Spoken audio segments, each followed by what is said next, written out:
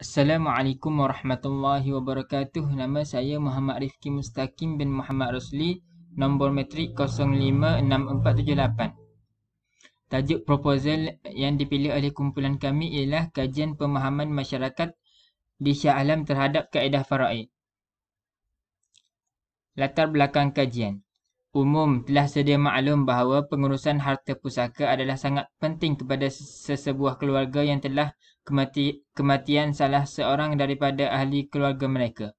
Bagi mengelakkan sebarang salah faham atau ketidakpuasan hati dalam kalangan ahli keluarga si mati, satu sistem pengurusan yang berkesan perlu diguna pakai dalam membahagikan harta pusaka kepada waris yang berhak. Di Malaysia, telah wujud beberapa sistem perundangan yang lama dan diwarisi serta digunakan untuk membahagikan harta pusaka kepada waris tertentu, seperti adat pepatih dan adat temenggung. Terdapat beberapa perbezaan di antara kedua-dua adat ini. Semua negeri di Malaysia mengamalkan adat temenggung melainkan daerah Nani di Melaka dan juga di Negeri Sembilan. Pentingnya undang-undang perwarisan harta ini bagi melancarkan proses pembahagian harta kepada waris-waris. Sistem pengurusan harta pusaka yang terbaik adalah berlandaskan Al-Quran dan Sunnah, iaitu sistem faraid yang telah disediakan khusus bagi umat Islam. Seterusnya, soalan kajian. Apakah sistem pengurusan harta pusaka yang wujud di Malaysia? Bagaimanakah sistem faraid dilaksanakan di Malaysia? Dan sejauh manakah pemahaman mengenai faraid dalam kalangan masyarakat di Shah Alam? Seterusnya, objektif kajian. Mengenal pasti sistem pengurusan harta pusaka yang wujud di Malaysia. Yang kedua, menganalisis pelaksanaan sistem faraid di Malaysia. Dan yang ketiga, menganalisis pemahaman mengenai faraid dalam kalangan masyarakat di Shah Alam. Sekadar itu sahaja perkongsian daripada saya. InsyaAllah akan diteruskan oleh kawan saya seterusnya. Assalamualaikum warahmatullahi wabarakatuh. Nama saya Muhammad Azhar bin Ismail. Nombor metrik 055726. Okey, saya akan menceritakan tentang sorotan literatur dalam kajian kawan saya ni.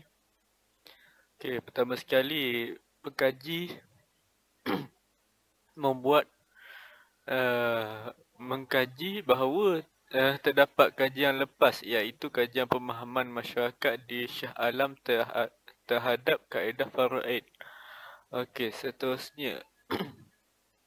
Pengkaji ingin mengkaji tentang sistem pengurusan harta pusaka menurut Islam, iaitu faraid. Okey, seterusnya. Pengkaji meletakkan bahawa daripada Suhaimi Abdul Rahman mengatakan pengurusan harta pusaka di Malaysia diurus oleh 4 institusi yang mempunyai bidang kuasa masing-masing. Okey, seterusnya, senarai kedua telah meletakkan had kuasa mahkamah syariah dengan menggunakan frasa kecuali mengenai perkara-perkara yang termasuk dalam senarai persekutuan. Seterusnya, pengkaji meletakkan Abdul Rashid 2005 menyatakan bahawa trend statistik tahun demi tahun menunjukkan kenaikan terhadap harta pusaka yang tidak diurus. Okey, seterusnya, pengkaji juga meletakkan Rusna Dewi Abdul Rashid yang mengatakan pemilik sesebuah harta itu adalah diiktiraf dan boleh melakukan sebarang pemindahan wang hasil daripada harta mereka itu termasuk wakaf, pindah milik, hibah dan wasiat. Seterusnya, daripada Razali memaklumkan bahawa kes tuntutan harta pusaka yang tertunggak di Malaysia telah pun mencecah 42 bilion. Seterusnya, Datuk Haji Zainal Rijal Abu Bakar menerangkan bahawa faraid telah disyariatkan bagi merealisasikan kebajikan umat manusia.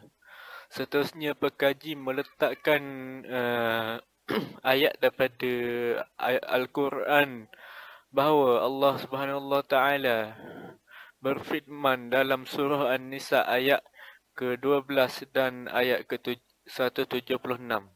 Seterusnya, Datuk Haji Zainal Rijal Abu Bakar menyambung dengan menyatakan pensyariatan faraid ini juga banyak disebut di dalam as-sunnah dan ijma' ulama'.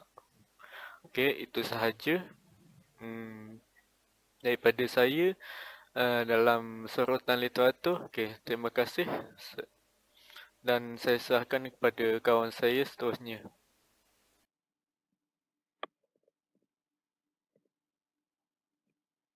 Bismillahirrahmanirrahim. Assalamualaikum warahmatullahi wabarakatuh. Saya Muhammad Zuhair bin Azhar, nombor metrik 054498, dan saya akan bercakap mengenai metodologi kajian. Kajian ini mempunyai reka bentuk kuantitatif dan kumpulan datanya adalah berdasarkan soal selidik dan ini untuk mengenal pasti sistem pengurusan harta pusaka yang wujud di Malaysia.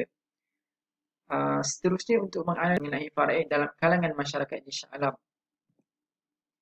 Bagi lokasi dan populasi, lokasi kajian adalah soal selidik yang dijalankan di beberapa tempat di Shah Alam. Manakala bagi populasi penduduk di Shah Alam adalah dianggarkan seramai 650,000 orang. Seterusnya, pensampelan. Saiz sampel yang telah diambil adalah seramai 382 orang. Ini berdasarkan jadual Krecci dan Morgan yang menunjukkan populasi yang melebihi 100,000 orang adalah seramai 382 orang sampel. Okey, baiklah, yang seterusnya adalah teknik pensampelan. Penyelidik menggunakan kaedah pensampelan rawak berstrata, yang mana pengkaji membahagikan ahli populasi yang ada di Shah Alam itu kepada beberapa subkumpulan. Kemudian, sampel diambil secara rawak daripada subkumpulan tersebut. Memandangkan sampel yang ada di Shah Alam adalah melebihi 650,000 orang, jadi pengkaji terpaksa membahagikan kepada beberapa subkumpulan untuk mendapatkan pensampelan rawak berstrata. Bismillahirrahmanirrahim. Assalamualaikum warahmatullahi wabarakatuh. Nama saya Muhammad Alif Aiman bin Madawi, nombor metrik pula 056506. Baik, saya akan menyambung perbatangan berkaitan dengan data premier pula. Data premier ini adalah kaedah yang mana menggunakan soal selidik terhadap sejumlah penduduk untuk mengetahui sejauh mana tahap kefahaman ataupun pengetahuan masyarakat di Shah Alam berkaitan dengan isu faraid ini. Yang kedua adalah soal selidik yang menggunakan kaedah borang soal selidik yang menggunakan skala konsep kendiri multidimensi SKMM sebagai instrumen kesahan dan kebolehpercayaan.